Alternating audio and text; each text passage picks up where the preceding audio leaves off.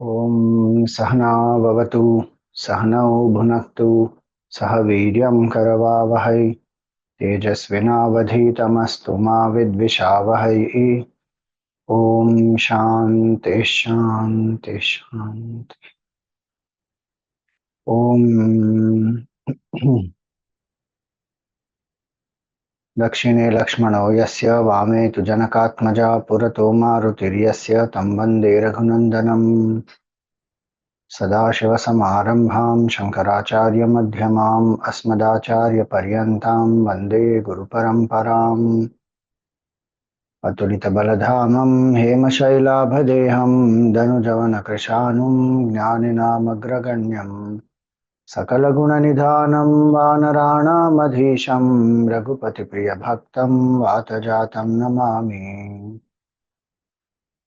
नमः श्रीतुलसीदास सद्वरिष्ठाय धीमते पूरितं हृदयं येन रामः प्रेमामृतेन मे समस्तजनकल्याणे निरतं करुणामयं नमामि चिन्मयं देवं सद्गुरुं ब्रह्मविद्वरम्।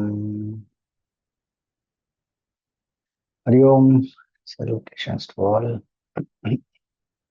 हनुमान चालीसा का एक बार पाठ करेंगे।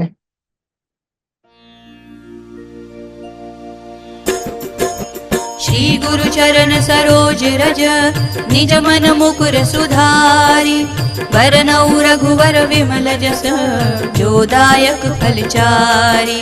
बुद्धिहीन तनु जानिके सुमिरो पवन कुमार बल बुद्धि विद्या देहु मोहि हरहु कलेश विकार। जय हनुमान ज्ञान गुण सागर जय कपीस तिहु लोक उजागर। रामदूत अतुलित बल धामा अंजनी पुत्र पवन सुत नामा। महावीर विक्रम बजरंगी कुमति निवार सुमति के संगी। कंचन वरण विराज सुबेसा कानन कुंडल कुंचित केसा। हाथ वज्र ध्वजा विराज कांधे मूज जनेऊ साज। शंकर सुवन केसरी नंदन तेज प्रताप महाजगवंदन।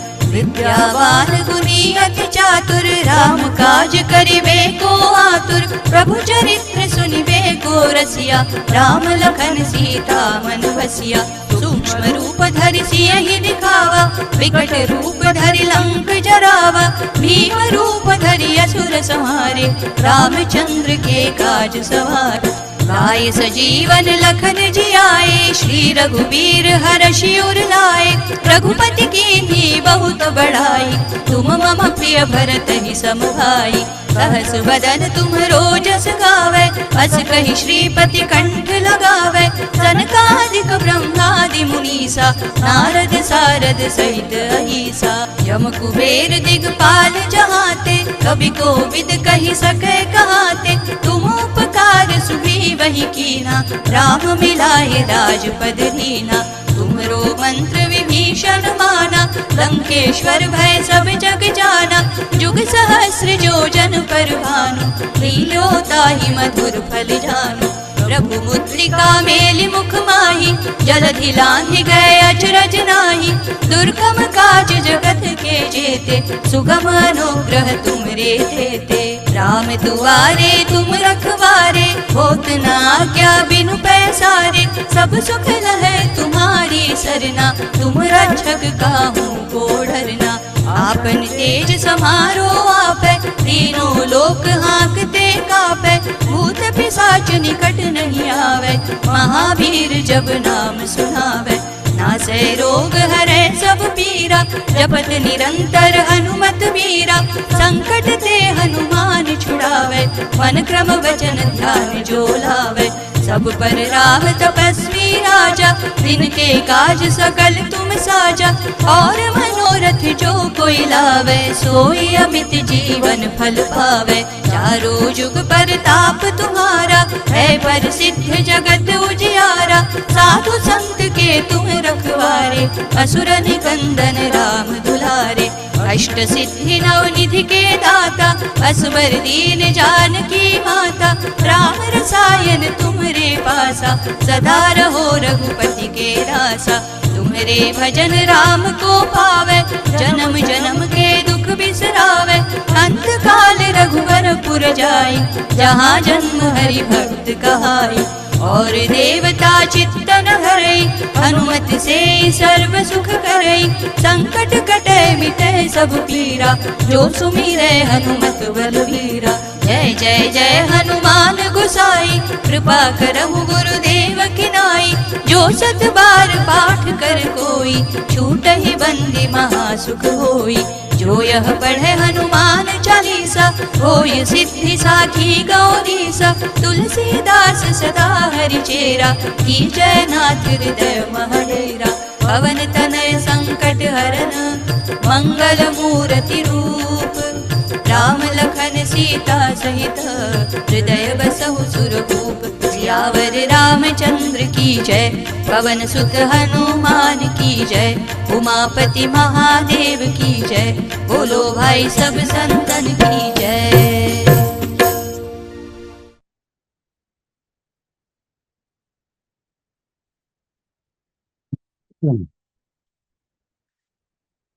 तो हमने देखा था 20वीं चौपाई, उसमें तुलसीदास जी कहते हैं, दुर्गम काज जगत के जेते, सुगम अनुग्रह तुम्हारे तेते।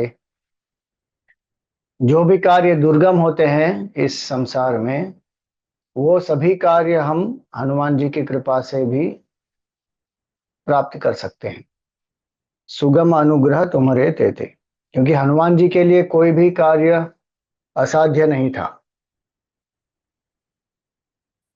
जो साधारण व्यक्ति के लिए असाध्य हो सकता है, बहुत कठिन हो सकता है और असंभव भी हो सकता है, ऐसे सभी कार्य हनुमान जी ने स्वयं किए हैं। समुद्र को पार करना, संजीवनी को लेकर आना, सूर्य को निगल जाना, बहुत सारे ऐसे असाध्य कार्य किए हैं उन्होंने। और इसलिए हनुमान जी किसका प्रतीक है? एक तो धैर्य और शक्ति का प्रतीक है, और दूसरा है आत्मविश्वास का प्रतीक। उनमें कभी एक निराशाजनक भाव नहीं उत्पन्न होता। उनका भाव यही होता है कि आई कैन डू इट। जब उनको अपनी ही क्षमताओं का ज्ञान नहीं था, ऋषियों के श्राप के कारण उनको विस्मृति हो गई थी, तब जामवान जी ने उनको उनकी क्षमताओं के बारे में बताया, उसका स्मरण कराया, और जैसे ही उनको वो स्मृति प्राप्त हुई, तुरंत भगवत कार्य के लिए उन्होंने एक विशाल काय रूप धारण कर लिया और महेंद्र पर्वत से उन्होंने सागर की ओर उन्होंने छलांग मारी और सागर पार करने का जो कार्य था प्रारंभ कर दिया। कुछ समय के लिए विस्मृति थी उनको, क्योंकि वो श्राप दिया गया था, लेकिन उसके उपरांत उनको अपनी क्षमताओं पर कोई संदेह था ही नहीं कभी भी। और इसलिए हनुमान जी की जो उपासना करते हैं, वो शक्ति की उपासना करते हैं। उनमें ये साहस, धैर्य होता है। और हमें भी, अगर हम हनुमान जी के भक्त हैं, तो ये धैर्य हम में होना चाहिए कि I can face life as it comes. निराशावादी बिल्कुल नहीं बनना है, अपने आप को बिल्कुल हीन नहीं समझना है, क्योंकि हनुमान जी का मैं उपासक हूँ। जिनमें ये भाव है, जो हमारे इष्ट में सद्गुण होते हैं, वो हम में स्वाभाविक रूप से हम आत्मसात कर सकते हैं।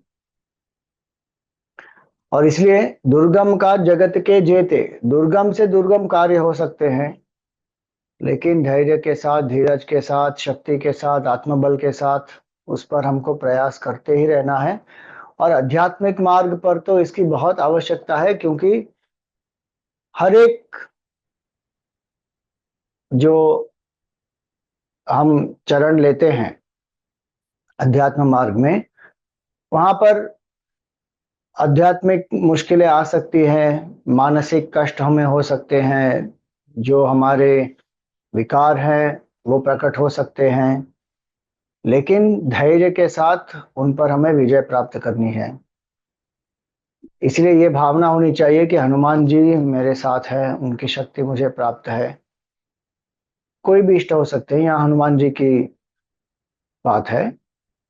दुर्गम कार्य जगत के जेते, सबसे दुर्गम कार्य जगत में कौन सा है? अहंकार को त्याग करना, शांत बैठना, ध्यान करना, निस्वार्थ प्रेम करना, ये सब दुर्गम कार्य हैं। हमको ये लग सकता है कि मुझे ये एग्जाम पास करनी है, ये दुर्गम कार्य है, मुझे ये परसेंटेज चाहिए, ये दुर्गम कार्य है, ये प्रोजेक्ट इतने समय के अंदर समाप्त करना है, वो दुर्गम है, कोई फाइनेंशियल गोल मुझे रीच करना है, वो दुर्गम है। वो है दुर्गम, लेकिन इससे भी दुर्गम होते हैं ये जो अध्यात्म क्षेत्र में हमको जो प्राप्त करना है, जो ध्येय है, अहंकार को समर्पित करना, मन को शांत करके बैठना, निस्वार्थ भाव से प्रेम करना, ये बहुत दुर्गम कार्य होते हैं। अपने विकारों पर विजय प्राप्त करना, ऐसे दुर्गम कार्य भी हनुमान जी की कृपा से हम प्राप्त कर सकते हैं। दुर्गम कार्य जगत के जेते, सुगम अनुग्रह तुमरे तेते। तो यहाँ पर ईश्वर के अनुग्रह की चर्चा है।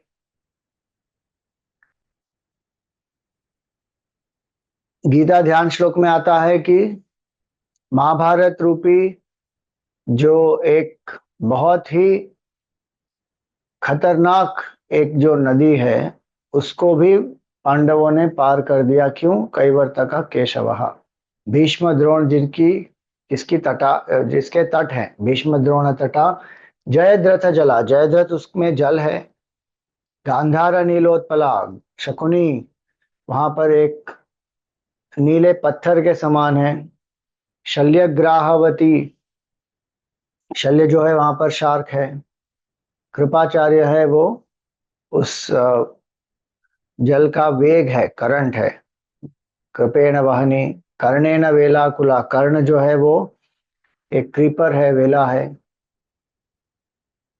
अश्वत्थामा विकर्ण घोर मकरा, अश्वत्थामा और विकर्ण ऐसे घोर मकर हैं उस नदी में। दुर्योधनावर्तिनी, दुर्योधन जो है वो आवर्तिनी है, मतलब जो भंवर कहते हैं उसको। ऐसी खतरनाक जो नदी है, इसमें से कोई एक भी वस्तु अगर हो उस नदी में, तो जो नाव है वो उससे टकरा सकती है, या उसमें खतरा हो सकता है उस नाव को, और जो यात्री हैं वो डूब सकते हैं। पत्थर है, ग्राह है, मकर है, वेला है, आवर्तिनी है, भंवर है, इतनी सारी चीजें हैं वहां पर। कोई एक चीज भी बस हो जाती है उस नाव को डुबाने के लिए। लेकिन इन सभी चीजों के होने के उपरांत वो महाभारत रूपी जो युद्ध था उसको एक नदी के रूप में प्रदर्शित किया है मधुसूदन सरस्वती जी ने। ऐसी खतरनाक नदी को भी पांडवों ने पार कर दिया। कैसे? कैवर्तक केशव। तो ईश्वर की शरणागति सबसे महत्वपूर्ण शक्ति का स्रोत है, और इसलिए ईश्वर की कृपा का आवाहन करना है और हमें अपना पुरुषार्थ करना है। जहां पर ये दोनों है, ईश्वर की कृपा और जीव का पुरुषार्थ, वहां दुर्गम काज जगत के जेते, सुगम अनुग्रह तुमरे तेते। ईश्वर के अनुग्रह के बिना हम काम कर ही नहीं सकते, और हमारे बिना ईश्वर कुछ करेगा ही नहीं। हमको निमित्त बनाकर ही ईश्वर कर रहे हैं सब। तो ये भाव जब हम में है, तो भगवान की कृपा और हमारा पुरुषार्थ दोनों साथ साथ जाने हैं। और भक्त को ये भी ज्ञात होता है कि हमारा जो पुरुषार्थ है वो भी भगवान की कृपा है। इसलिए हमारे पुरुषार्थ का कोई अहंकार ही नहीं होता भक्त को। जो हो रहा है भगवान की कृपा से हो रहा है, भगवान ही करा रहे हैं, भगवान ही कर भी रहे हैं। और इसलिए यहाँ पर कहा, दुर्गम कार्य जगत के जेते, सुगम अनुग्रह तुम रहते थे। ये अनुग्रह की बात है ना, अनुग्रह ईश्वर का अनुग्रह होता है। तो अनुग्रह एक ऐसी चीज है कि इसका अर्थ ये नहीं होता कि हम अपना पुरुषार्थ ना करें, कि भाई जो होगा ईश्वर के अनुग्रह से ही होगा, हम तो कुछ नहीं कर रहे हैं, हम तो कुछ करना ही नहीं है। हमें अपना पुरुषार्थ करना है, वो भी ईश्वर का ही अनुग्रह है। तो ये नहीं मानना चाहिए कि जो करेंगे सब ईश्वर करेंगे, मुझे तो करना कुछ नहीं है। आलसी बनने की कोई आवश्यकता नहीं है। दुर्गम काज जगत के जेते, सुगम अनुग्रह तुम रहते थे। भगवान आपके अनुग्रह से जो कुछ असाध्य है वो भी साध्य हो जाएगा। तो मन को हमेशा इस भाव में रखना है। अगर मन ये सोचता रहेगा कि नहीं ये तो नहीं हो सकता, ये तो बहुत मुश्किल है, इससे तो मैं नहीं प्राप्त कर सकता हूँ इस ध्येय को, तो फिर वो नहीं प्राप्त करेगा। कठिन से कठिन ध्येय भी हो सकता है, दुर्गम हो सकता है, लेकिन आत्मविश्वास कहाँ से आता है कि भगवान की कृपा मेरे साथ है, और मुझे वो लक्ष्य क्यों चाहिए। जितना उच्च लक्ष्य होगा उसके पीछे का जो भाव है वो क्या है, स्वार्थी है या निस्वार्थी है।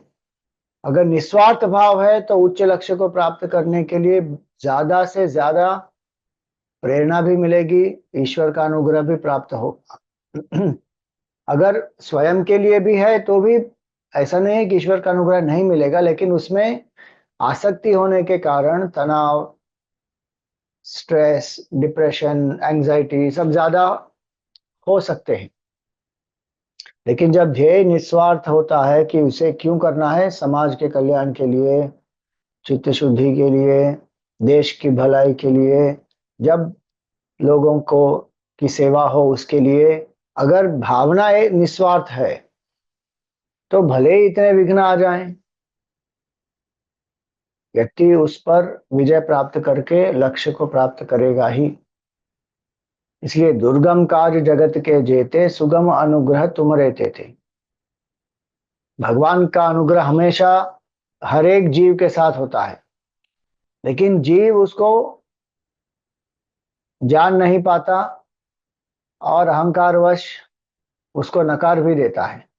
और फिर जीव ऐसे नकारात्मक भाव में विचार व्यतीत करता है कि मुझसे नहीं होगा, मैं दुर्बल हूं, मैं निर्बल हूं, मैं सफलता प्राप्त नहीं कर सकता।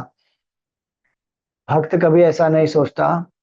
भक्त तो ये सोचता है कि अगर मैं नहीं प्राप्त कर सकता अपने ही क्षमताओं के आधार पर, कोई बात नहीं, मैं ईश्वर को समर्पित होकर ईश्वर ही मेरे द्वारा जो कराना चाहते हैं वो करे, और वो व्यक्ति प्राप्त भी करेगा। और इसलिए दुर्गम काज जगत के जेते, सुगम अनुग्रह तुमरे तेते। राम दुआरे तुम रखवारे, होत न आज्ञा बिनु पैसारे। लोग इस पंक्ति का क्या अर्थ निकालते हैं कि यहाँ पर तो स्वामी जी करप्शन के बारे में बताया तुलसीदास जी ने कि हनुमान जी द्वार पर हैं, राम जी के दरबार के द्वार पर हनुमान जी हैं, और बिना पैसे लिए किसी को छोड़ते नहीं। होत न आज्ञा बिनु पैसा रे। ये पैसा रे नहीं है, पैसा रे है, एक शब्द है। राम दुआरे तुम रखवारे का अर्थ क्या हुआ। ऐसा नहीं कि भगवान राम को कोई सुरक्षा की आवश्यकता है, हनुमान जी उनके बॉडीगार्ड हैं, AK-47 लेकर खड़े हैं, और हनुमान जी की आज्ञा के बिना आप अंदर नहीं जा सकते। इसका अर्थ क्या हुआ, राम दुआरे तुम रखवारे, होत न आज्ञा बिनु पैसारे। भगवान राम के दरबार में अगर हनुमान जी वहां पर हैं, राम दुआरे तुम रखवारे, हनुमान जी, भगवान राम को कौन सी रक्षा की जरूरत है। वो तो स्वयं धनुर्धारी हैं, और इतने करोड़ों राक्षसों का उन्होंने वध किया है स्वयं अकेले, उनको कौन सी रक्षा की आवश्यकता है? तो भाग हनुमान जी क्यों खड़े हैं वहां पर? राम दुआरे तुम रखवारे। उसका अर्थ क्या हुआ कि राम जो है वो स्थिति है, परम आनंद की स्थिति है, हमारा स्वरूप है, सच्चिदानंद परब्रह्म तत्व है राम।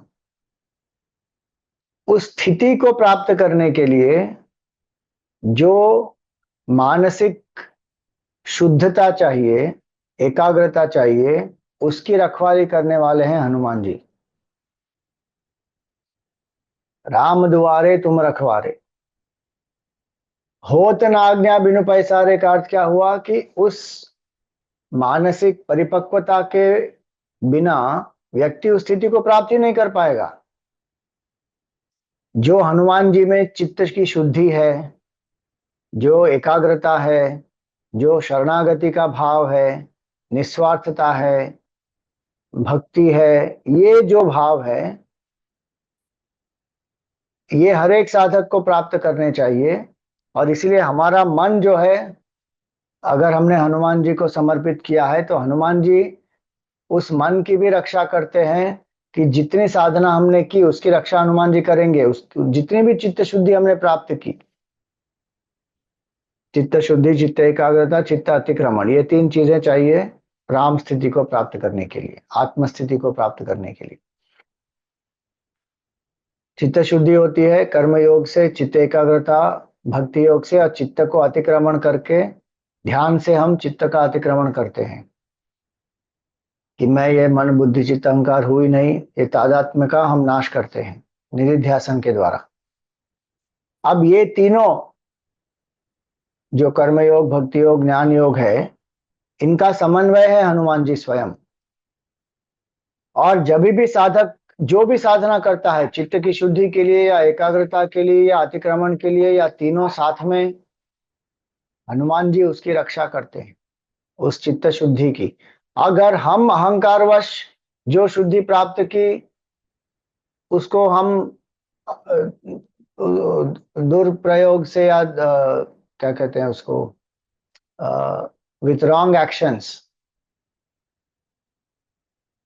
हम अगर बुरे विचारों को सोचते हैं और हम अगर दुष्कर्म करते हैं तो जितनी शुद्धि हमें प्राप्त हुई वो नष्ट हो जाएगी या वो क्षीण हो जाएगी, कम हो जाएगी।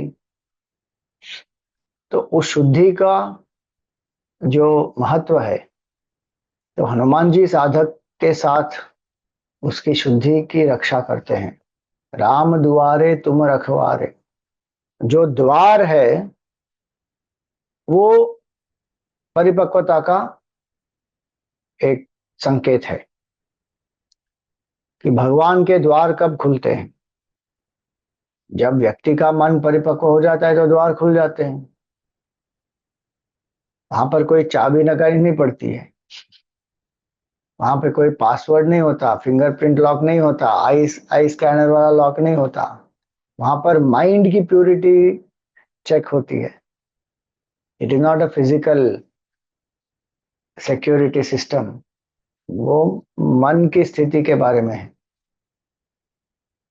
और वैकुंठ एकादशी, वैकुंठ एकादशी के दिन ऐसा कहा जाता है कि स्वर्ग के द्वार खुल जाते हैं, भक्तों को विष्णु भगवान के दर्शन होते हैं। और आज हम ये कर रहे हैं। राम दुआरे तुम रखवारे, होत न आज्ञा बिनु पैसारे। तो इसलिए ये परिपक्वता का एक संकेत है कि मन में परिपक्वता होनी चाहिए। चेन्नई में, तमिलनाडु में, बहुत सारी जगह पे आज वैकुंठ एकादशी का पर्व मनाया जा रहा है। और स्वर्ग वासल ऐसा कहते हैं ना, वासल मतलब दरवाजा, कि वैकुंठ के जो दरवाजे हैं वो खुल जाते हैं। वैकुंठ एकादशी के दिन भगवान के दर्शन होते हैं, उस व्यक्ति को फिर स्वर्ग की प्राप्ति होती है, फिर वैकुंठ स्थिति भी प्राप्त हो जाती है। तो ये जो द्वार खुलते हैं ना, वो द्वार है परिपक्वता का संकेत। हनुमान जी उसकी रक्षा करते हैं, उस साधक के मन की रक्षा करते हैं। दूसरा अर्थ यह भी है कि हनुमान जी गुरु के रूप हैं, जो साधक को अपने इष्ट से मिलाते हैं। जैसे सुग्रीव को भगवान राम से मिलाया, विभीषण को भगवान राम से मिलाया, सीता जी को भी वापस भगवान राम से उनका मिलन कराया, भरत जी को कराया, ऐसे बहुत सारे उदाहरण। तो राम दुआरे तुम रखवारे, आप वहां पर रखवारे हैं, भगवान राम की सेवा में हमेशा उपस्थित हैं। राम दुआरे तुम रखवारे, होत न आज्ञा बिनु पैसारे। मतलब वहां पर उस राम स्थिति में हम अम, छल, कपट, अधर्म इत्यादि करके उस स्थिति को प्राप्त नहीं कर सकते। हनुमान जी वहां पर गदा लेकर बैठे हुए हैं, और जो अधिकारी है वो ही अंदर जा सकता है। जो अधिकारी है वो पास भी नहीं आ सकता वहां पर। राम दुआरे तुम रखवारे, होत न आज्ञा बिनु पैसारे। सब सुख लहे तुम्हारी शरणा, जितने भी सुख हैं वो सब आपके शरण में है। तुम रक्षक काहू को डरना, आप रक्षक हैं तो फिर हमें डरने की क्या आवश्यकता है। ये साधक का भाव है।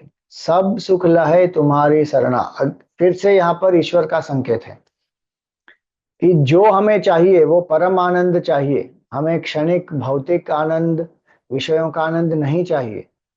लेकिन हम ये जानते नहीं कि हमारी मांग क्या है, हमारी सबसे नैसर्गिक इच्छा क्या है। जन्म से ही जो इच्छा होती है उसको नैसर्गिक इच्छा कहते हैं। बाकी जो इच्छाएं हैं वो हमने कल्पना से कल्पित की हुई इच्छाएं हैं।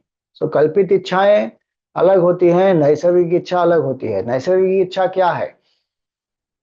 अमरता नैसर्गिक इच्छा है, हमको मृत्यु नहीं चाहिए। नैसर्गिक इच्छा है कि हमें हमेशा रहना है। Immortality is our inherent demand. इसीलिए मृत्यु हम स्वीकार नहीं कर पाते। कोई सगा संबंधी या कोई मित्र की जब मृत्यु होती है तो हमको दुख होता है, हम मान नहीं सकते कि ऐसा कैसे हो गया, क्यों हो गया। और स्वयं की मृत्यु के बारे में भी भय क्यों होता है? क्योंकि हम मानना ही नहीं चाहते कि ये मृत्यु हो सकती है मुझे, और मृत्यु का एक जो परिणाम है वो मुझे भुगतना पड़ेगा। वो मानने के लिए हम तैयार नहीं है। क्यों? क्योंकि हमारा स्वरूप ही है अमरता। तो अमृतत्व जो है वो एक नैसर्गिक इच्छा है। ज्ञान प्राप्त करना एक नैसर्गिक इच्छा है। आत्मज्ञान हो या ना हो दूसरी बात है, लेकिन जो भी संसार में जी रहे हैं उन सबको कोई ना कोई ज्ञान की इच्छा होती ही है। कुछ नहीं तो ये जानने की इच्छा होती है कि पड़ोसी क्या कर रहा है, क्यों कर रहा है। जिज्ञासा और ज्ञान प्राप्ति की जो इच्छा है वो नैसर्गिक इच्छा है। और परम आनंद की इच्छा नैसर्गिक इच्छा है। क्षणिक आनंद से हमारा मन तृप्त नहीं होता, इसलिए बार बार कुछ ना कुछ चाहिए हमें सुखी होने के लिए। कुछ समय के लिए हम सुखी होते हैं, वापस कुछ और शुरू हो जाता है। ये क्यों होता है? क्योंकि जो कुछ हमें प्राप्त हो रहा है वो सीमित है, क्षणिक है और नाशवान है। हमारी नैसर्गिक इच्छा क्या है? कि हम सदा सुखी रहें, परम आनंद की प्राप्ति और आत्यंतिक दुख की निवृत्ति, ये दोनों हमारी नैसर्गिक इच्छाएं हैं। और इसीलिए क्षणिक आनंद से तृप्ति नहीं होती। और इसीलिए उपनिषद यही कहते हैं कि न अल्पे सुखम अस्ति भूमा एव सुखम। जो अल्प है, जो सीमित है, जो नाशवान है, परिवर्तनशील है, उसमें सुख नहीं है। कौन से सुख की बात कर रहे हैं? ये परम सुख की, परम आनंद की बात कर रहे हैं। क्षणिक सुख तो है वहां पर, और वो भी नहीं है अगर हमारा मन उसको अनुभव करने की स्थिति में ना हो। तो हम कोई अच्छी मिठाई खा रहे हैं और समाचार आया कि माता पिता को कुछ हो गया है। अब मिठाई हो सकती है मुंह में, लेकिन उसका आनंद नहीं आएगा क्योंकि मन विक्षिप्त हो गया। तो इसलिए जो सुख है वो कहां पर है? वो हम में ही है। हमको लगता है कि चॉकलेट से आ रहा है, मूवी से आ रहा है, टेक्नोलॉजी से आ रहा है, कपड़े से आ रहा है, धन से आ रहा है, जो कोई पॉपुलैरिटी है वहां से आ रहा है, वहां से नहीं आता। वो जो आता है वहां से केवल उसको कहते हैं प्लेजर। परम आनंद की जो स्थिति है वो हमारा स्वरूप है। जब मन शांत हो जाता है तब वही आनंद हम उसका अनुभव करते हैं।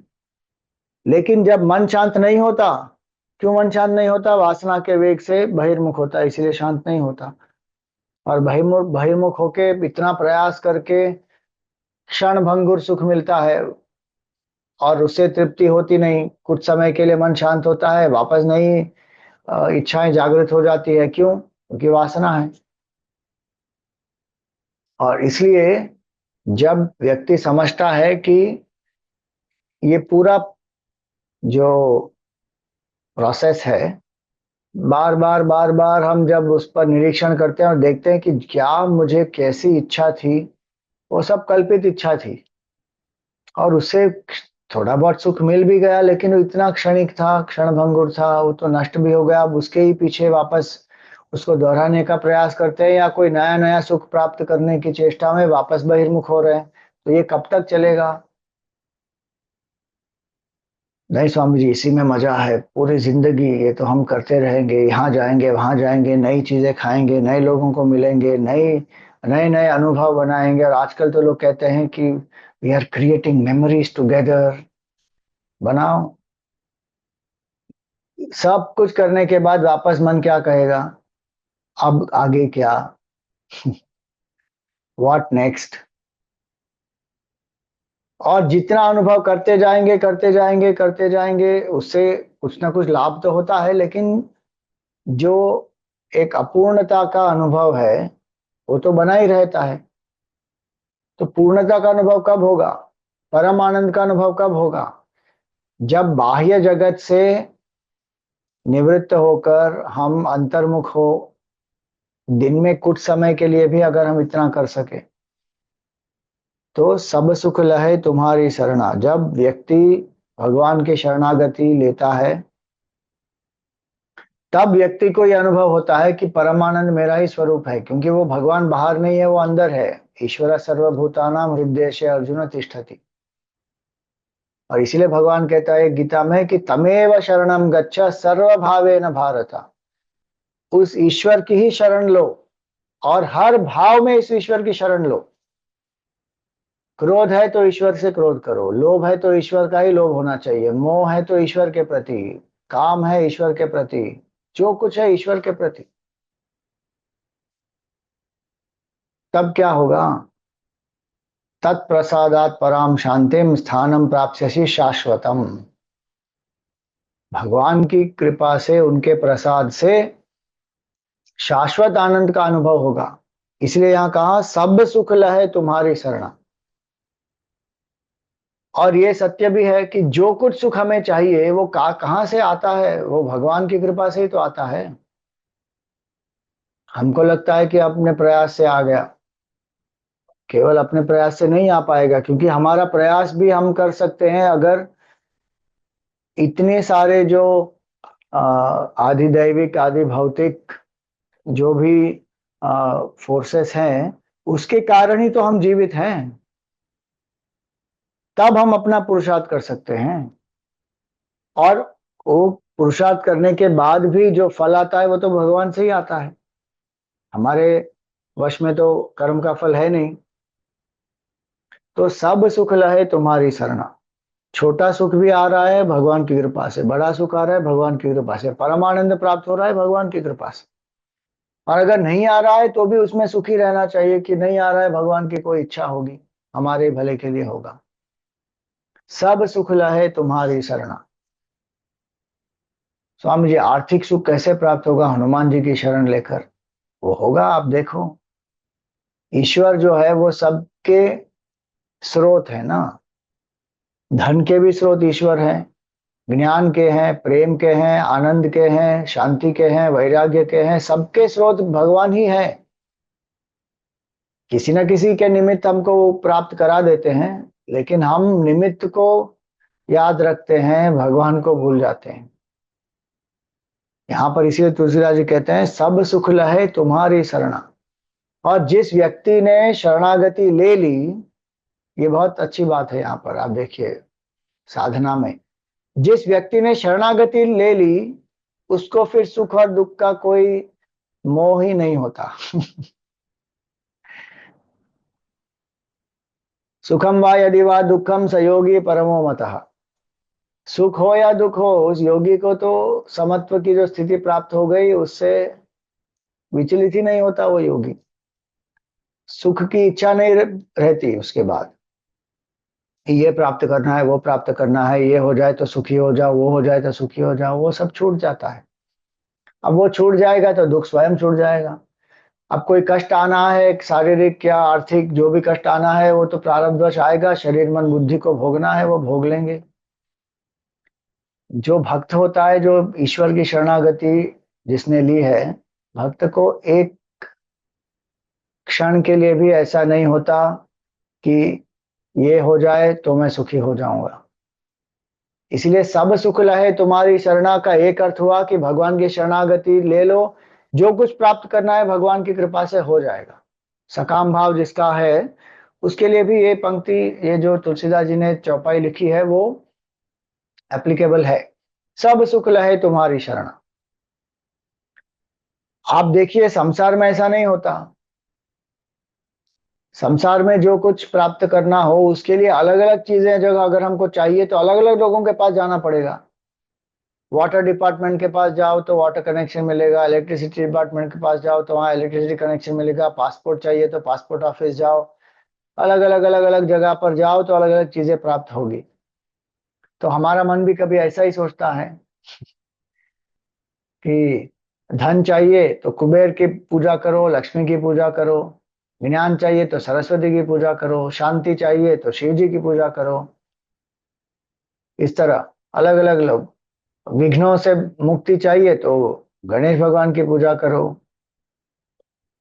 तो ऐसा नहीं है कि अलग अलग देवताओं की पूजा करनी पड़ेगी, भगवान के जो अलग अलग रूप है उनकी पूजा करनी पड़ेगी, तब हमको ये सब अलग अलग अलग मिलेगा। नहीं, सब सुख लहे तुम्हारी शरण।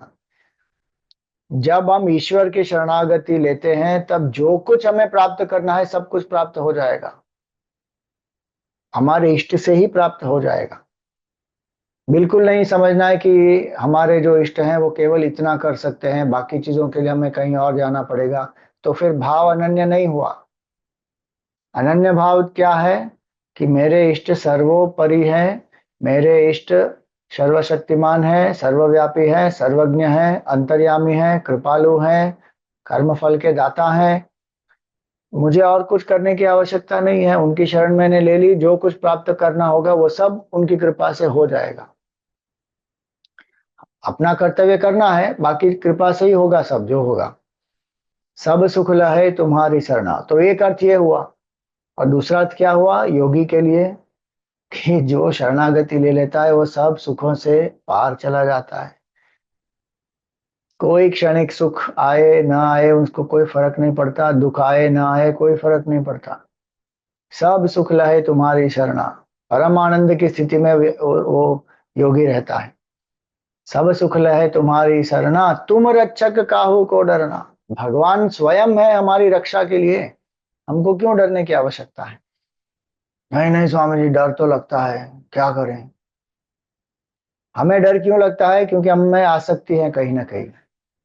अगर आसक्ति का त्याग हम कर दें तो निर्भय हो जाएंगे। नहीं नहीं स्वामी जी, आसक्ति तो बनी रहेगी ना, जीवन पर्यंत आसक्ति तो बनी रहेगी। आवश्यक नहीं है, अनासक्त जीवन जी सकते हैं, यही तो गीता हमको सिखा रही है। हनुमान चालीसा, हनुमान जी स्वयं यही तो सिखा रहे हैं। अनासक्ति में ही सुख है, अनासक्ति में ही परम आनंद है। जितनी आसक्ति ज्यादा होगी उतना दुख ज्यादा होगा, जितनी आसक्ति कम होगी दुख कम होगा, अगर आसक्ति नहीं होगी तो दुख नहीं होगा। हमारे दुख का कारण हमारी आसक्तियां हैं, लोग नहीं है, परिस्थिति नहीं है, वो तो बहुत कम उनका योगदान होता है। मूल योगदान हमारी आसक्ति का है। तो इसलिए जो व्यक्ति ये जानता है कि मैंने भगवान की शरणागति ली है, अब जो भगवान भेजें प्रसाद बुद्धि से स्वीकार हम करेंगे, तो फिर डर नहीं लगता। क्योंकि जब तक आसक्ति है तब भय होगा, जब आसक्ति नहीं है तो भय नहीं होगा। फिर अनासक्त जीवन भयभीत जीवन नहीं होता, निर्भयता का जीवन होता है अनासक्त। आप देखिए हनुमान जी में कितनी अनासक्ति है। भगवान राम के प्रति भक्ति है, भगवान राम की सेवा में हमेशा रहते हैं, तत्पर भी रहते हैं, लेकिन उनकी कोई आसक्ति नहीं है। और इसलिए वो रक्षा करते हैं जीव की। हमेशा ईश्वर रक्षा करता ही है, लेकिन जीव को ये पता नहीं है। जीव को ये लगता है कि मेरी रक्षा कौन करेगा, मैं अकेला हूं, मैं तो अनाथ हूं।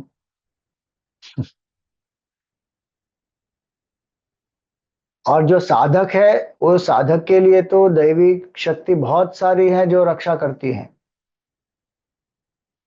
लेकिन साधक अगर शरणागति नहीं लेता तो उसको इसका भान नहीं होता। इसलिए साधक को भी कभी कभी लग सकता है कि मेरे साथ कोई नहीं है। जो परिपक्व साधक है उसको कभी ऐसा नहीं लगेगा कि मेरे साथ कोई नहीं है। ईश्वर हमारे साथ है हर क्षण। मृत्यु के बाद भी ईश्वर हमारे साथ ही आए रहेंगे। बाकी सब सगे संबंधी वस्तुएं सब यहीं पर धरी की धरी रह जाएंगी। हमारे साथ कौन आएगा? केवल ईश्वर, क्योंकि वो अंतर्यामी है, वो हमारा ही स्वरूप है। हमें छोड़ कर जा नहीं सकते ईश्वर। गुरुदेव बहुत सुंदर कहते थे, God how much ever you try to leave him can not leave you, and world how much ever you try to hold on to it you can not hold on to it, it will leave you.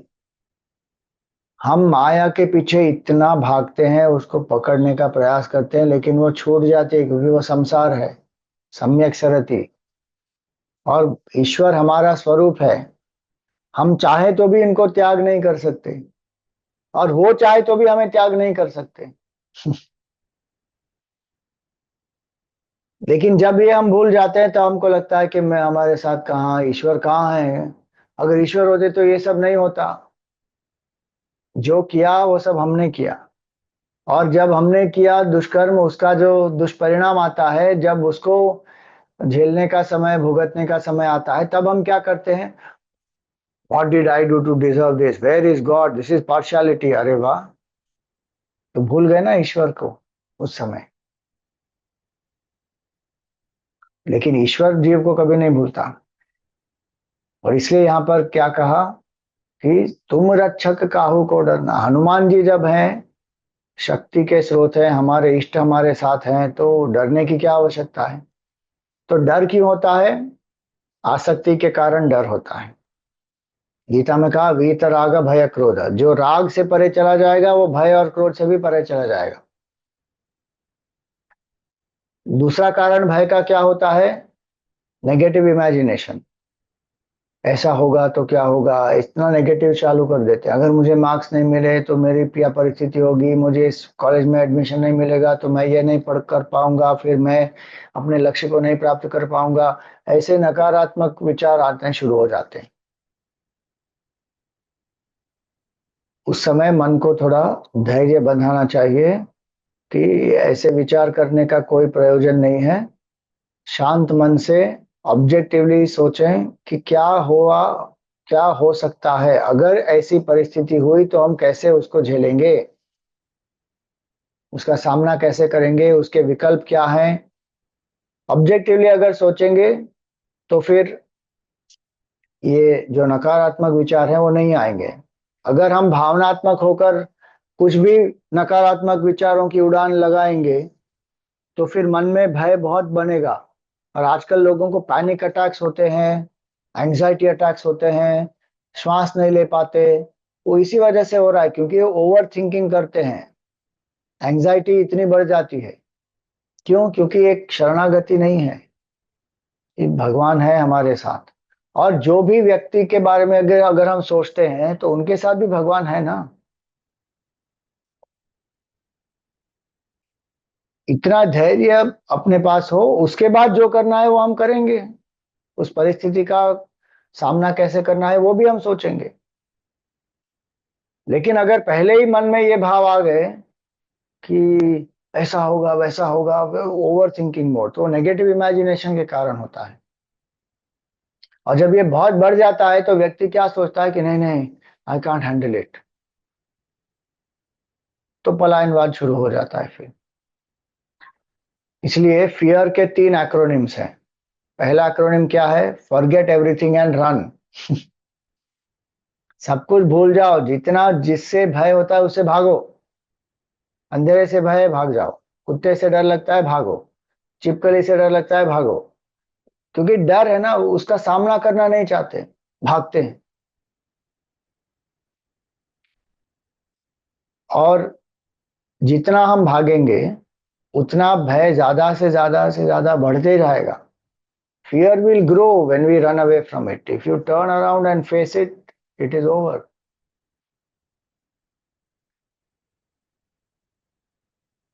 तो पहला acronym है forget everything and run. जब मन बहुत दुर्बल होता है ना तो यही सोचता है, नहीं नहीं नहीं, आई कांट हैंडल इट। छोटी छोटी चीजों में तनाव हो जाता है ना, I can't handle it, I am very stressed, I can't deal with it. दूसरा एक्रोनिम क्या है? Face everything and rise. अगर कुछ डर है हमारे मन में, कहीं ना कोई आसक्ति है कहीं ना कहीं, इसीलिए वो डर है, उसका सामना करना चाहिए। उसे भागने का क्या प्रयोजन? धैर्य के साथ, धीरज के साथ, ज्ञान के साथ, शक्ति के साथ, समता के साथ उसका सामना करना है कि भाई ठीक है, अब ये है, अब क्या करेंगे इसका। उसका फिर उपाय निकालना चाहिए। जितने भय मुक्त हम होंगे उतने हमारे मन में जितनी शक्ति है वो भी बढ़ेगी, निखरेगी। भय के कारण व्यक्ति बहुत ही संकीर्ण दृष्टि व्यक्ति की हो जाती है, संकुचित जीवन हो जाता है। और इतने इनहिबिशंस के साथ व्यक्ति जीता है कि I can't do this, I can't do that, I am weak, I am this, I am that. कैसा जीवन है ये? ईश्वर के हम संतान हैं, ईश्वर हमारा स्वरूप है। वेदांत तो ये कह रहा है कि हम ईश्वर के साथ एक हैं। अगर हम वो भी ना माने, कि हम ये माने कि हम ईश्वर के संतान है, ईश्वर के अंश है, ममैवांशो जीवलोके जीवभूत सनातन, मैं ईश्वर का अंश हूं, तो ऐसे नकारात्मक भाव कहां से आएंगे फिर? क्योंकि ईश्वर में तो ये भाव है ही नहीं। और उसकी संतान अगर मैं हूं, उसका अंश मैं हूं, तो मुझ में भी ईश्वरीय गुण के अंश हैं, छोटी मात्रा में है। उसका आवाहन करना है मुझे। नकारात्मक सोच सोच के नहीं, ये नहीं हो सकता, वो नहीं हो सकता, ये मुश्किल है, ये असंभव है,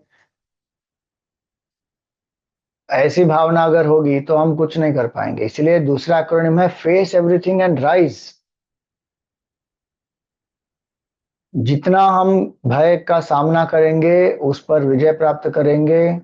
और वो कैसे होगा? अभ्यास से होगा। जिस चीज से भय होता है, भय के अलग अलग उपाय हैं। एक उपाय है अभ्यास। अगर मुझे पब्लिक स्पीकिंग से भय है तो बार बार पब्लिक स्पीकिंग करने से वो भय चला जाएगा। अगर मुझे पानी से डर लगता है तो मैं किसी ट्रेनर के पास या कोच के पास थोड़ी कोचिंग लूं और तैरना सीख जाऊं। उसके बाद बार बार जितना हम प्रयास करके तैरेंगे, उतना व्यक्ति को आत्मविश्वास बढ़ेगा, धीरे धीरे वो भय समाप्त हो जाएगा। तो एक अभ्यास की आवश्यकता है और दूसरा ज्ञान की आवश्यकता है। अगर भय है तो भय का तीसरा एक्रोनिम क्या है? False emotion appears real. ये हमारे मन की कल्पना है। जब हम सत्य को नहीं जानते तो मन में एक कल्पना शुरू हो जाती है। हमारे गुरुदेव कहते थे, non apprehension leads to misapprehension. जो रज्जू को हम नहीं देखकर सर्प देखते हैं वहां पर, तो वो रज्जू का अज्ञान है, उसके कारण सर्प का मोह होता है। इसी तरह हम कौन है वो हम जानते नहीं और अपने शरीर को अपना मान रहे हैं, तो हो गया मोह, आसक्ति हो गई। तो जो अज्ञान के कारण मोह है, आसक्ति है, उसको हमें ज्ञान से उसकी निवृत्ति करनी है। तो ज्ञान की आवश्यकता होती है। जहां पे अज्ञान के कारण जो मोह होता है, मोह के कारण फिर आसक्ति, भय, क्रोध इत्यादि आता है, वहां पर ज्ञान की आवश्यकता होती है। और वो ज्ञान क्या है? आत्मज्ञान है। अब हनुमान जी स्वयं बड़े ज्ञानी हैं। अब हम देखते हैं जीवन में भी अगर हमें ज्ञान प्राप्त हो सकता है तो हमें ज्ञान प्राप्त करना चाहिए। साधारण स्थितियों के लिए भी है। जैसे कोई किसी कक्षा में कोई जाता है या कोई रूम में कोई जाता है, तब अंधेरा होता है तो किसी को डर लग सकता है। तो उस समय क्या करना है? लाइट को चालू करें। उस प्रकाश में अगर हम देखते हैं, फिर भय निकल जाता है। क्यों? क्योंकि वहां पर फिर कोई हमारे मन की कल्पना नहीं होती कि ये होगा, वो होगा, ऐसा हो सकता है, वैसा हो सकता है। तो इसी तरह जब हमारे जीवन में कुछ चीजें होती है जहाँ जिसके बारे में हमको पता नहीं होता, और जब अज्ञान होता है, इसलिए फिर भय हो सकता है। तो तीन चीजें हैं यहाँ पर। अज्ञान है, उसके कारण नेगेटिव इमेजिनेशन है, और उसके कारण फिर व्यक्ति भागना चाहता है। तो अज्ञान जाता है ज्ञान से, नेगेटिव इमेजिनेशन जाता है धैर्य से, अपने इष्ट के बारे में स्मरण करके।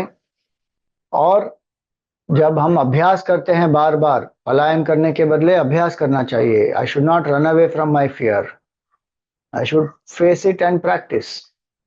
तब भय की निवृत्ति होती है। और इन सब में ईश्वर का अनुग्रह हमको देखना चाहिए कि ईश्वर की कृपा से ही ज्ञान भी प्राप्त होता है। ईश्वर के अनुग्रह से ही हम अपने मन को एक सकारात्मक भाव में ला सकते हैं, कठिन से कठिन परिस्थिति में भी। और ईश्वर की कृपा से ही हम अभ्यास भी कर सकते हैं। तो इसलिए यहाँ पर कहा, तुम रक्षक काहू को डरना, कि जब हनुमान जी है हमारी रक्षा के लिए, तो हमको डरने की क्या आवश्यकता है? भगवान स्वयं भक्त की रक्षा करते हैं। भक्त को कई बार तो पता भी नहीं होता कि भगवान ने रक्षा कर ली। तुलसीदास जी की जो रामचरितमानस है, जब इतनी प्रचलित हो गई, तो कुछ लोगों को ईर्ष्या हुई, और वो तुलसीदास जी पर रात को आक्रमण करने के लिए आए।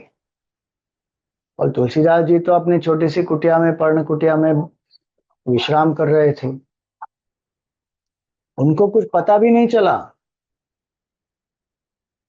सुबह जब वो उठे और बाहर निकले कुटिया से, तो बहुत सारे लोग वहां पे खड़े थे, और सब आकर वहां पर उनके चरणों में गिर गए, कहा कि हमें आप क्षमा कीजिए, आप क्षमा कीजिए। तुलसीदास जी ने कहा कि क्या हुआ क्या? बोले कि हम आपसे ईर्ष्या करते थे, आपकी जो रामायण है इतनी प्रचलित है, और इसीलिए हमने उसको नाश करने का प्रयास किया। हम आपकी कुटिया में आग लगाने भी आए थे, आपको मारने आए थे, लेकिन दो तेजस्वी युवा थे वहां पर आपकी कुटिया के बाहर, और वो इतने निपुण थे धनुर्विद्या में कि उन्होंने हम सबको परास्त कर दिया।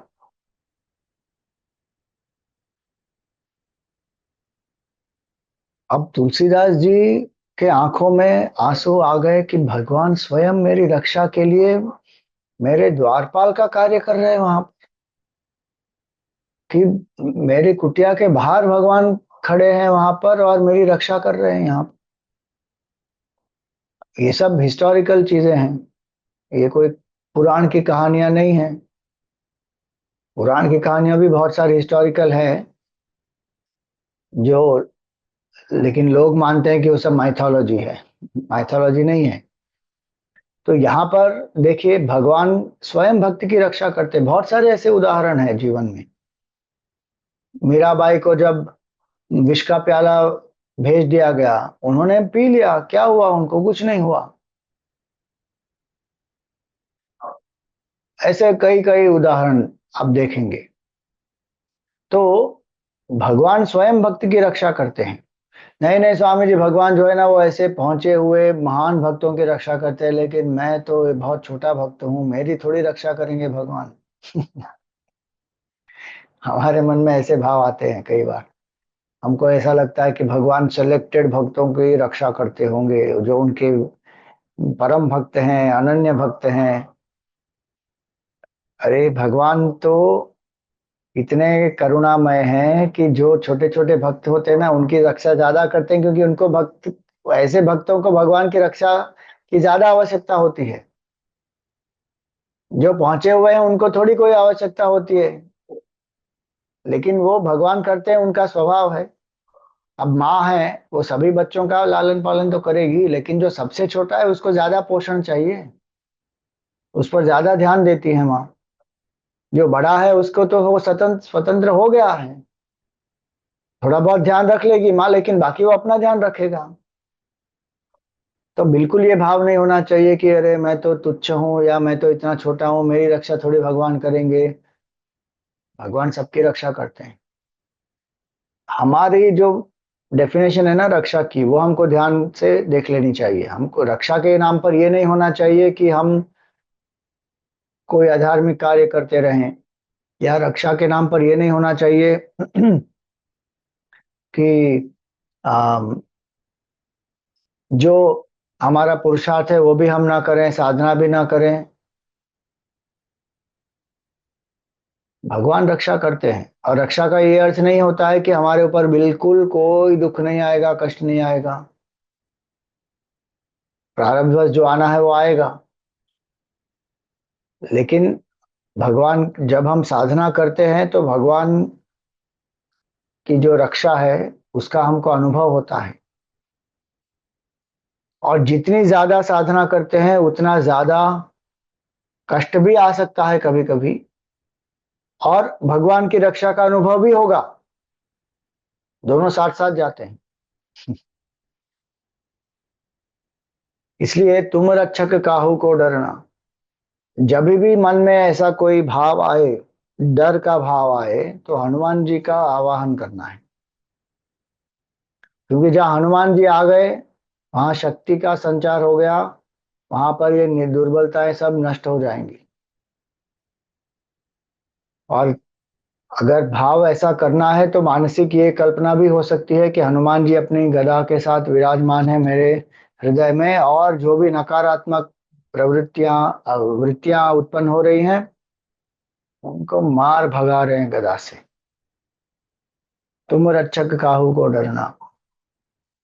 तो मन को ये विश्वास दिलाना चाहिए कि भगवान हमेशा मेरी रक्षा करते हैं, भगवान मेरे साथ हैं, और ये सत्य है। इसको श्रद्धा कहते हैं। तुम रक्षक काहू को डरना। वेदांत गुरु वाक्यादिषु विश्वास श्रद्धा।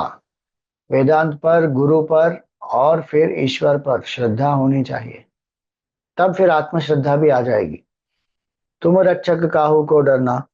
आप देखिए हनुमान जी ने क्या क्या नहीं किया, और निर्भयता से किया सब कुछ। तो ऐसे हनुमान जी जो इतने सामर्थ्यवान हैं, और वो चिरंजीवी हैं।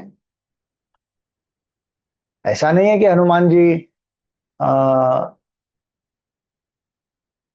अपने केवल सूक्ष्म रूप में हैं। इस कल्प के अंत तक हनुमान जी का स्थूल रूप भी है, चिरंजीवी हैं। और हनुमान जी में बहुत क्षमताएं हैं, शक्ति है। तो हमको ये नहीं सोचना चाहिए, ये सब जो जोक्स बनाते हैं ना लोग,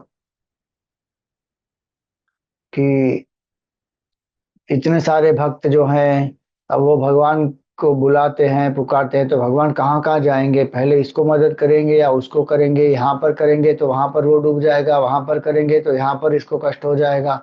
ये सब हमारे मन की दुर्बलता है। भगवान सर्वव्यापी है। सहस्र शीर्षा पुरुष सहस्राक्ष सहस्रपाद, सभी जगह पर व्याप्त हैं। तो भगवान तो एक समय पर सभी की रक्षा कर सकते हैं। तो हमको ये बिल्कुल ये सब भाव नहीं आने चाहिए कि भगवान मेरी रक्षा कैसे करेंगे। इतने सारे जो भक्त हैं, मेरा नंबर कब आएगा, ऐसा नहीं होता है। तुम रक्षक काहू को डरना, भगवान हमारी रक्षा करेंगे हर क्षण। और सब सुख लय तुम्हारी शरणा, जिसकी शरणागति ली है भगवान, तो उसकी रक्षा तो अवश्य करते हैं। भगवान का ये व्रत है। रामायण में हमने देखा था, विभीषण जी की शरणागति हुई तब, अभयम सर्वभूतेभ्य ददामि एतद्व्रतम मम। भगवान कहते हैं मैं उस जीव को अभय दान देता हूँ जो जीव केवल एक बार आकर मुझसे कहता है कि भगवान मैं आपका हूँ, मैं आपकी शरणागत हूँ, आपके शरणागत हूँ, बस। और कुछ नहीं चाहिए भगवान को। तो हमारी शरणागति कितनी है, और हमारी शरणागति हुई तो हमको भगवान की रक्षा का अनुभव भी हो जाएगा। तुम रक्षक काहू को डरना, आपन तेज सम्हारो आपे, तीनों लोग हांकते कांपे। आपका जो तेज है उस पर नियंत्रण केवल आप ही रख सकते हैं। आपन तेज सम्हारो आपे, और कोई है नहीं जिसमें इतनी शक्ति है कि हनुमान जी पर नियंत्रण कर सके। भगवान राम तो भगवान है ही, उनके सामने तो हनुमान जी नतमस्तक हैं। लेकिन और कोई नहीं है जिनमें ये क्षमता हो कि हनुमान जी को, कि उनमें जो असीम शक्ति है उस पर कोई नियंत्रण कर सके। आपन तेज सम्हारो आपे, तीनों लोग हांकते कांपे। और जब हनुमान जी एक दहाड़ लगाते हैं तो तीनों लोग कांपते हैं। गर्जना जब हनुमान जी की होती है तो तीनों लोग हांकते कांपे। उसका अर्थ क्या हुआ? हनुमान जी किसी को डराने के लिए कोई गर्जना नहीं करते, लेकिन हनुमान जी की गर्जना का अर्थ क्या है यहाँ पर? तीनों लोग हांकते कांपे, उसका अर्थ यह हुआ कि हनुमान जी, तीनों लोक में ऐसा कोई नहीं है जो हनुमान जी को भयभीत कर सके।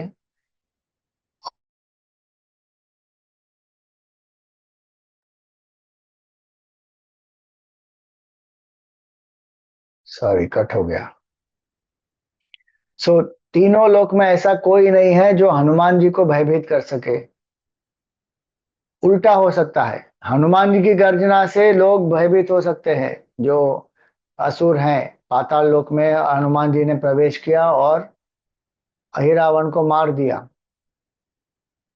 हनुमान जी तीनों लोक में जा सकते हैं, उनकी एक क्षमता भी है। और एक गर्जना से तीनों लोक के जो जीव हैं वो कांप सकते हैं। और क्यों कांपेगा? कोई जो अधर्मी है वही कांपेगा। बाकी जो धार्मिक है, जो भक्त है, उसको कोई भय नहीं होता। तो हनुमान जी पाताल में जाकर अहिरावण का उन्होंने मर्दन कर दिया। पृथ्वी पर तो बहुत सारे राक्षसों को मारा उन्होंने। और देवलोक में भी जाकर अगर कोई गलत व्यवहार करता है तो हनुमान जी को जो करना है वो कर देते हैं। वो देवताओं से भी डरते नहीं है। देवता कभी कभी उनसे डरते हैं, क्योंकि उन्होंने, देवताओं ने सबने मिलकर हनुमान जी को अपना अपना वरदान दिया था ना बचपन में। तो हनुमान जी बहुत ही प्रभावशाली हैं। तीनों लोक में ऐसा कोई नहीं है जो उनको हरा सकता है या जो उनको भयभीत करा सकता है। ऐसे निर्भयता की मूर्ति है हनुमान जी। तीनों लोग हांकते कांपे। फिर कहा, भूत पिशाच निकट नहीं आवे, महावीर जब नाम सुनावे। अब ये तीनों लोग का अर्थ ये भी होता है कि जागृत स्वप्न सुषुप्ति, शरीर मन बुद्धि, हर एक का एक एक लोक है ना। शरीर का एक शारीरिक लोक है, मन का एक मानसिक लोक है, बुद्धि का एक बौद्धिक लोक है, सबका एक एक लोक है। तीनों लोक हांकते कांपे का अर्थ क्या हुआ? कि हनुमान जी वो चेतना है जिसके बिना ये तीनों लोग काम ही नहीं कर सकते। हनुमान जी इनके बिना रह सकते हैं, ये इनके, हनुमान जी के बिना नहीं रह सकते। Consciousness can be without the three states, पर three states can be without consciousness. उसका वेदांतिक अर्थ है कि आपन तेज सम्हारो आपे, तीनों लोक हाँकते कांपे। भूत पिशाच निकट नहीं आवे। हनुमान जी का नाम केवल स्मरण करने से भूत पिशाच निकट नहीं आते। भूत पिशाच निकट नहीं आवे, महावीर जब नाम सुनावे। इसलिए कई बार हनुमान चालीसा पढ़ते हैं ना लोग, और ये प्रत्यक्ष देखा गया है कितने सारे जगहों पर। ऐसे ऐसे मंदिर भी हैं जहां पर भूत प्रेत पिशाच इत्यादि की निवृत्ति होती है हनुमान जी के मंदिर में।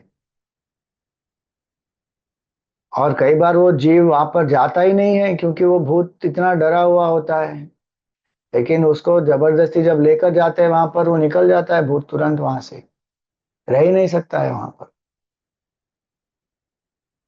नहीं स्वामी जी, पहले आप बताइए भूत होते हैं क्या, या केवल ये सब कपोल कल्पित कल्पना है, या फिर केवल सिंबॉलिक होता है ये सब और ये एक्चुअल नहीं होता।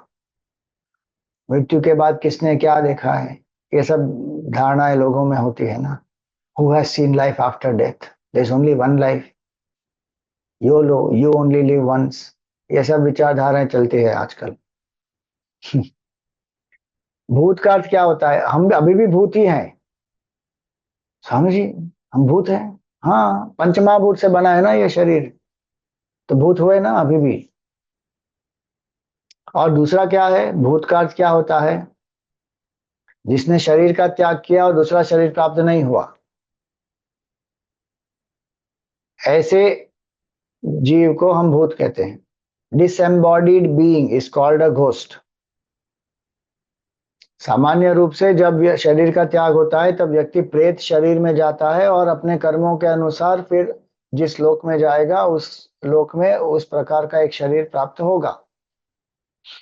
और फिर जब जन्म होता है वापस, वहां पर दूसरा शरीर एक प्राप्त होगा। तो जहां व्यक्ति ने एक शरीर त्याग किया और दूसरा शरीर अभी तक प्राप्त हुआ नहीं और वो प्रेत की अवस्था में बीच में है, और जितनी ज्यादा आसक्ति होगी उतना प्रेत की अवस्था में ज्यादा रहना पड़ेगा। शरीर की आसक्ति, लोगों की आसक्ति, कोई भी आसक्ति हो सकती है, जितनी ज्यादा आसक्ति होगी, अगर व्यक्ति छोड़ने को तैयार नहीं है तो वहां पर भटकते रहता है। उसको कहते हैं भूत। जो भूत होते हैं, मानना हो तो मानो, ना मानना हो तो न मानो। वेदांत में तो क्लियरली लिखा है, शास्त्रों में भी लिखा है, भूत प्रेत पिशाच सब होते हैं। अलग अलग अलग अलग उनकी स्थितियां होती हैं, उनकी आसक्ति के अनुसार, उनकी इच्छा के अनुसार, अपूर्णता के अनुसार। वो जो प्रकृति के नियम से फिर जब आगे बढ़ना होगा तो प्रकृति उनको धक्का मार मार के आगे भी बढ़ाएगी। लेकिन ये सब जीव होते हैं। और भूत प्रेत पिशाच ये सब तो शिव जी के आसपास तो बहुत पड़े रहते हैं, क्योंकि शिव जी ने सबको अपनाया है। पूरी सृष्टि ने जिनको रिजेक्ट कर दिया, जिनको नहीं अपनाया, शिव जी ने करुणावश सबको अपनाया हुआ है, तो शिव जी के मंदिर के पास तो रहते ही हैं। लेकिन एक बात है यहाँ पर, वो स्वयं जीव जो है वो पीड़ा में है, कष्ट में है, दुखी है, उसमें अपूर्णता है। तो अगर हमारा मन बलशाली है तो हमें कुछ नहीं होगा। अगर हमारा मन दुर्बल है तो फिर कोई ना कोई कुछ ना कुछ हावी हो सकते हैं। इसीलिए मन को सशक्त बनाना है बस, बाकी कोई भय रखने की आवश्यकता नहीं है। कुछ नहीं कर सकते वो हमारा। अगर हम में साधना बल है, हम में शरणागति है ईश्वर की, और हमने अपने आप को सशक्त बनाया है, तो कुछ नहीं होगा। भयभीत होने की कोई आवश्यकता ही नहीं है।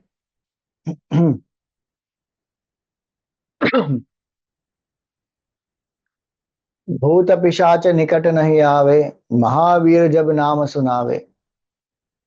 अब बहुत सारे ऐसे जो अनुभव हैं लोगों के भी हैं, भूत प्रेत पिशाच के। किसी को एकदम पकड़ लिया था किसी भूत ने, और एकदम विचित्र उसका व्यवहार हो गया था। हनुमान चालीसा का पाठ किया, क्षण में निकट, भूत पिशाच निकट नहीं आवे, महावीर जब नाम सुनावे। तो जो व्यक्ति मृत्यु को प्राप्त होता है और उस व्यक्ति का देह त्याग हो गया है और उस व्यक्ति ने अभी तक एक नया शरीर धारण नहीं किया, उस व्यक्ति को भूत कहा जाता है। एक्चुअली वो प्रेत शरीर है, लेकिन उसको भूत कहते हैं लोग, भूत। उसका एक अर्थ हुआ कि उसका शरीर उसे प्राप्त नहीं है, वो एक सूक्ष्म अवस्था में है। पिशाच कौन होता है? पिशाच जो है वो ज्यादा उग्र होता है और लोगों पर उसका प्रभाव होता है। जो दुर्बल मानसिकता के लोग होते हैं उन पर प्रभाव होता है और कभी कभी विनाशकारी प्रवृत्ति भी होती है पिशाच की।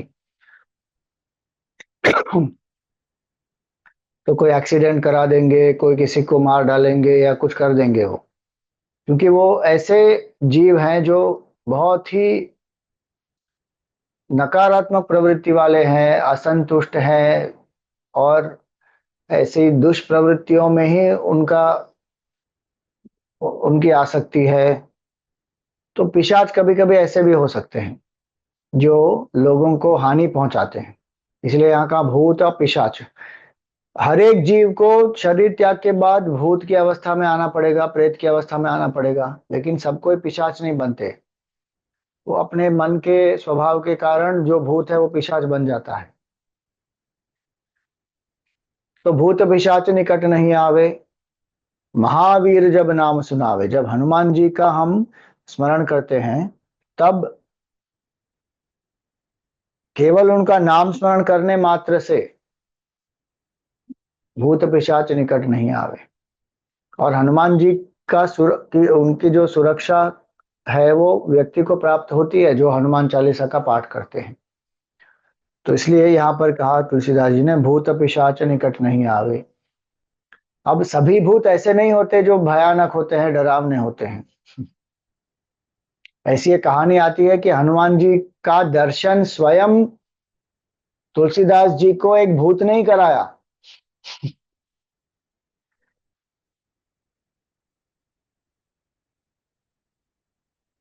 अब उसकी वो कहानी हम जरा अगले बार सुनाएंगे, थोड़ी लंबी है वो। अभी तो ऑलरेडी समय हो गया, 8:22 हो गए। तो उसके बारे में अगले सत्संग में सुनेंगे। भूत पिशाच निकट नहीं आवे। हम्म।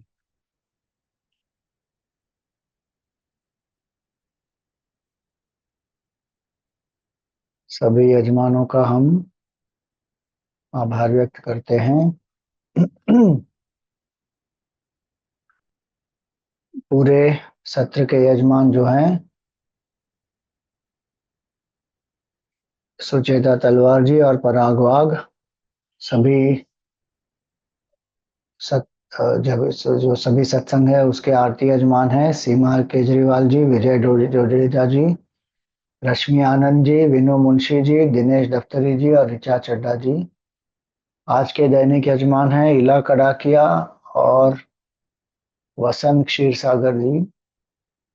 और आज के आरती यजमान हैं नूतन भल्ला जी, उषा दलवी जी, शालिनी चावला जी, बीना अग्रवाल जी।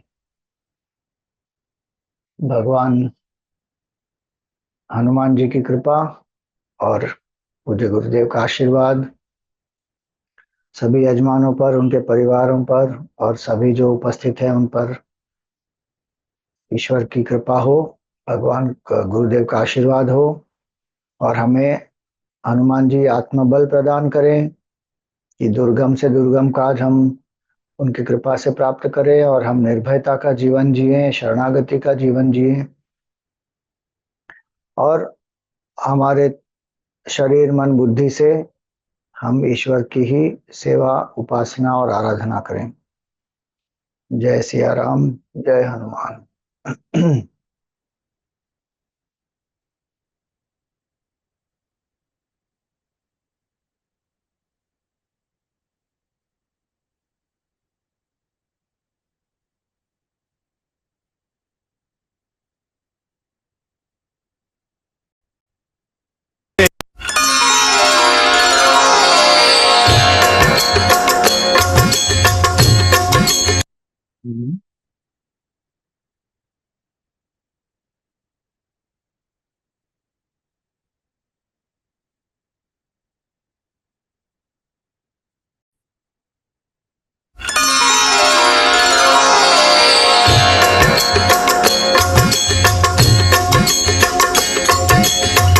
आरती कीजे हनुमान लला की।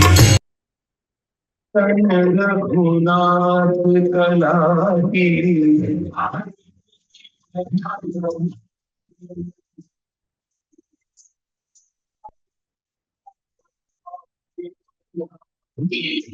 आरती कीजे हनुमान लला की। जाके बन से वर का पे।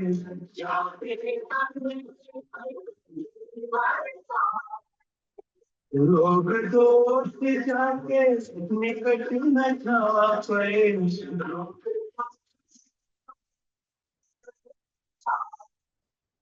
पंचमी पुत्र महाबलधारी।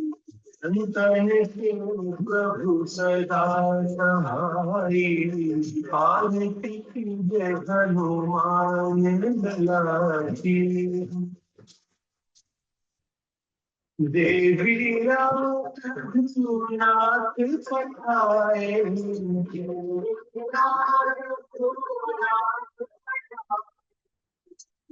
काचार की सुधिलाए।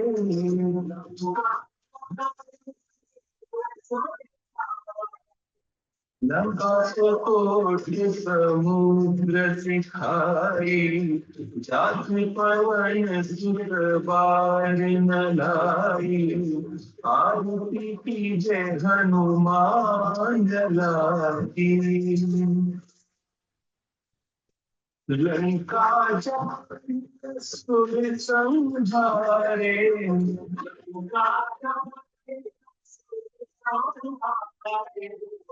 सीताराम जी के काज सवारे।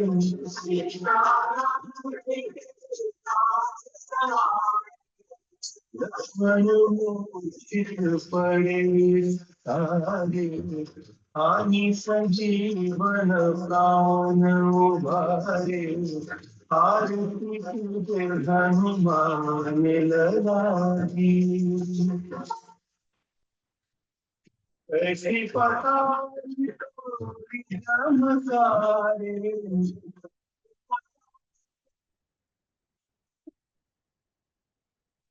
रावण की भुजा उखाड़े।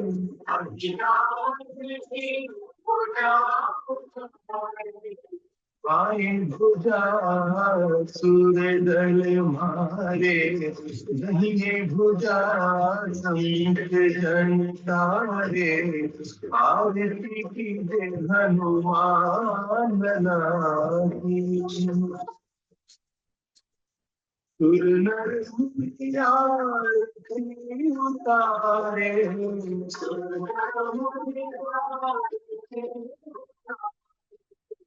जय जय जय हनुमान उचारे।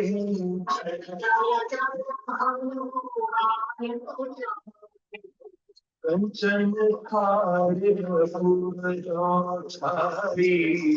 आरती करज अंजना मारी।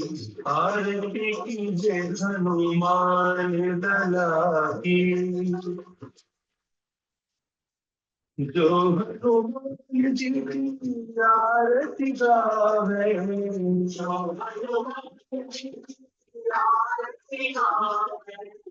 वसी बैकुंठ परम पद पावे।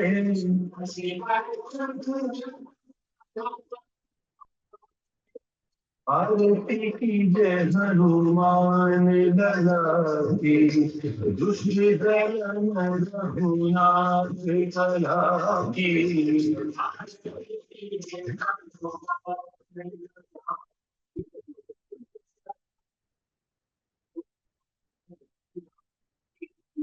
आरती कीजे हनुमान लला की।